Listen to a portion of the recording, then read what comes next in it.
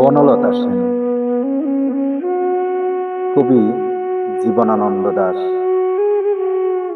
হাজার বছর ধরে আমি পথ হাঁটিতেছি পৃথিবীর পথে, সিংহল সমুদ্র থেকে আরো দূর অন্ধকারে বালয় সাগরে। অনেক ঘুরেছি আমি বিম্বিসার অশোকের ধূসর জগতে, সেখানে ছিলাম আমি আরো দূর অন্ধকারে বিদর্ভ নগরে।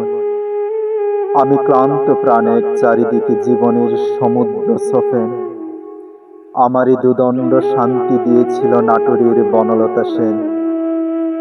চুল তার কবেকার অন্ধকার বিদিশার নিশা, মুখ তার শ্রাবস্তির কারুকার্য।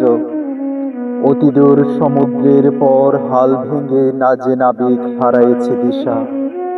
সবুজ ঘাসের দেশ যখন সে চোখে দেখে দারুচিনি দ্বীপের ভিতর, তেমনি দেখেছি তারে অন্ধকারে বলেছে সে।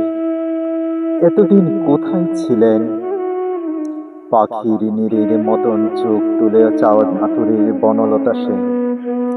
সমস্ত দিনের শেষে শিশিরের শব্দের মতন সন্ধ্যা আসে, ডানার রৌদ্রের গন্ধ মুছে ফেলেছিল। পৃথিবীর সব রং মুছে গেলে পাণ্ডুলিপি করে আয়োজন।